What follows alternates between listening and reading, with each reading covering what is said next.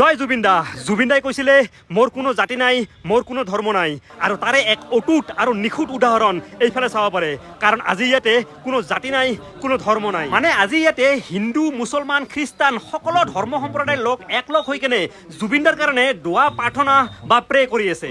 আৰু আচৰিত কথাটো হ'ল আজি ইয়াতে ভাগৱত, কোৰাণ আৰু বাইবেল একেলগে পাঠ কৰা হৈ আছে। হয়, আপোনালোকে ঠিকেই শুনিছে, আজি ইয়াতে ভাগৱত, কোৰাণ, বাইবেল আৰু নাম প্ৰসংগ একেলগে পাঠ কৰা হৈ আছে। কাৰণ অসমীয়াৰ হিয়াৰ আমঠু আমাৰ মৰমৰ জুবিন দাৰ আত্মাৰ সদগতি আৰু বৈকুণ্ঠ প্ৰাপ্তিৰ কামনাৰ্থে আজি আমাৰ গোৱালপাৰা কলেজৰ সন্মুখত গোৱালপাৰা জুবিন গাৰ্গ স্মৃতি সমিতিৰ উদ্যোগত সৰ্বধৰ্ম প্ৰাৰ্থনা সভা এখনৰ আয়োজন কৰা হৈছে। আৰু এনে এক অনুষ্ঠানে কেৱল অসম বা ভাৰততে নহয়, সমগ্ৰ বিশ্বতে জুবিন দাক অমৰত্ব প্ৰদান কৰিব।